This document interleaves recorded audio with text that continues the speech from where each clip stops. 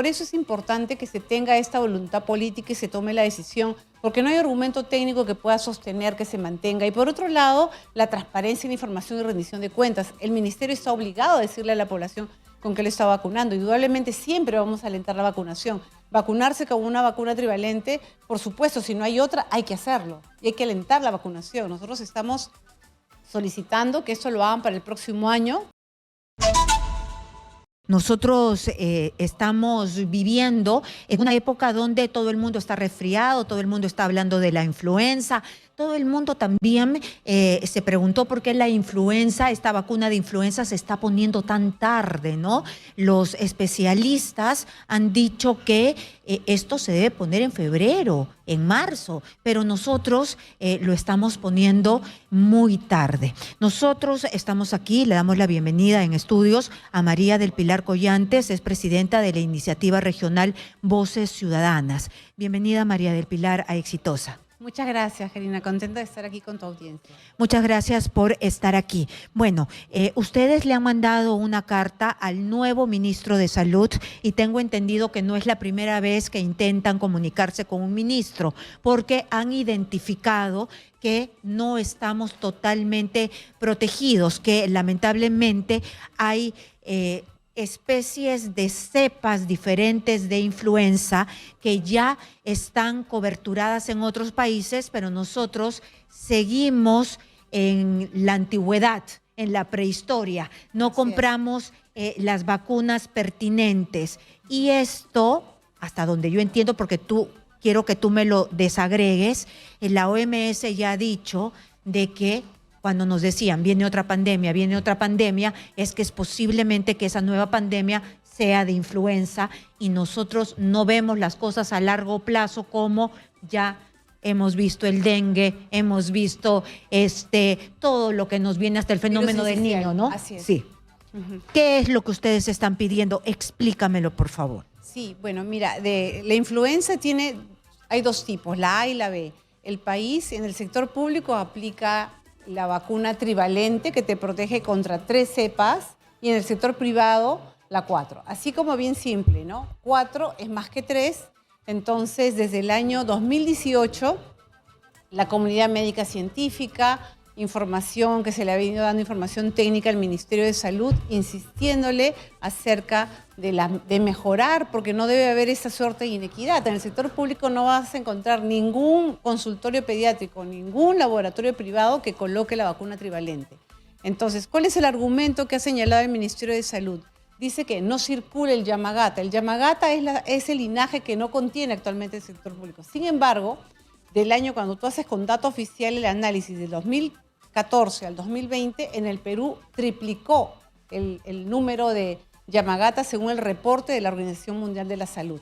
La Organización Mundial de la Salud, como tú bien señalaste, en el año 2019 advirtió que uno de los riesgos del mundo es que tengamos una pandemia de influenza.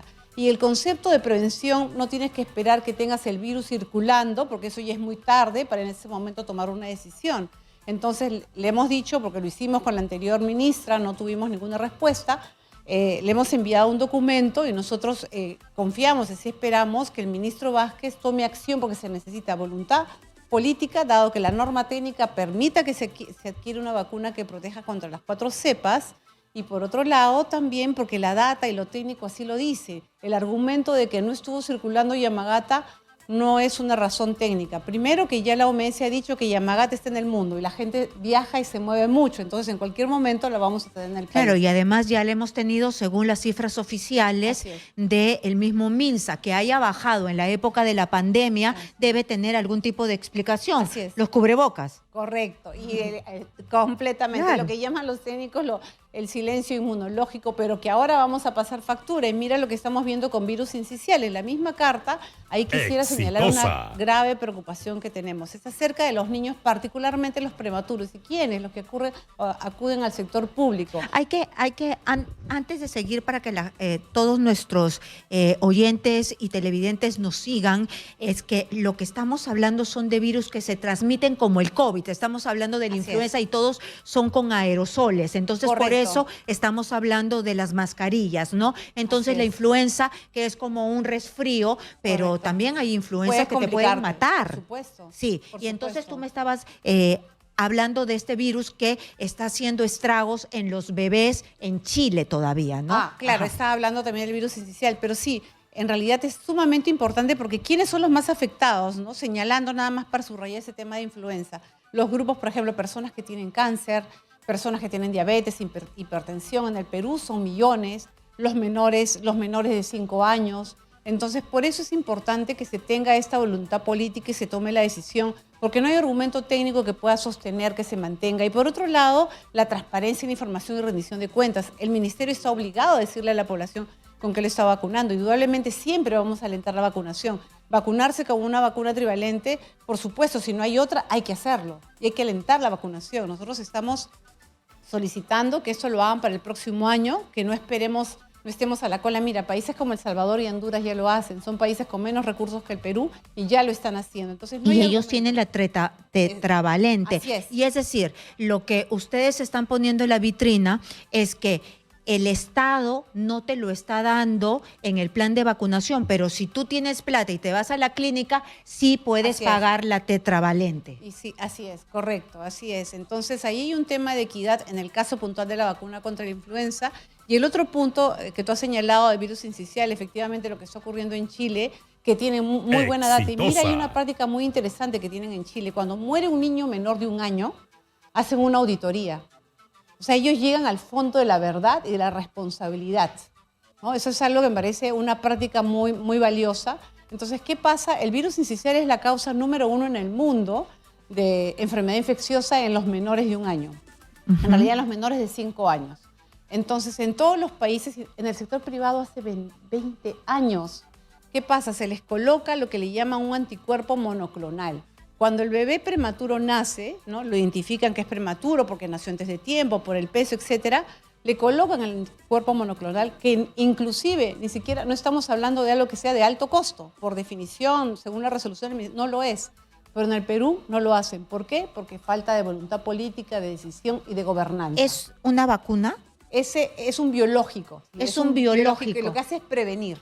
Es decir, se le puede inyectar esto Así es. a todos los bebés. Sí, pero el énfasis que estamos haciendo es al menos a los prematuros, ¿no? Démosles algo diferenciado. Al momento de nacer le colocan, le aplican esta, digamos, inyección y durante los primeros 5 meses, de su vida se le coloca esa inyección una vez al mes. ¿Qué es lo que hace? Previene la enfermedad y la complicación del virus sincicial. En Chile lo utilizan.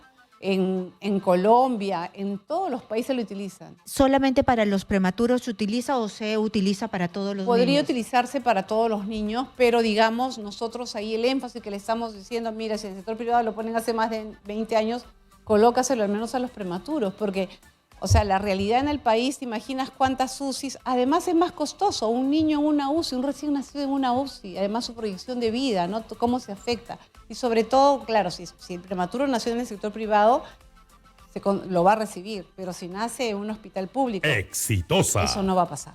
Uh-huh. Ustedes siempre han estado detrás durante años construyendo en esta ONG regional Voces Ciudadanas el tema de la vacunación. Te conozco años y sé que han ido empujando este tema de la vacunación.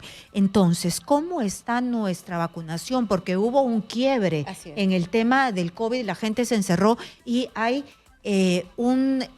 no sé cómo decirlo, no es un descuido, es una falta de información.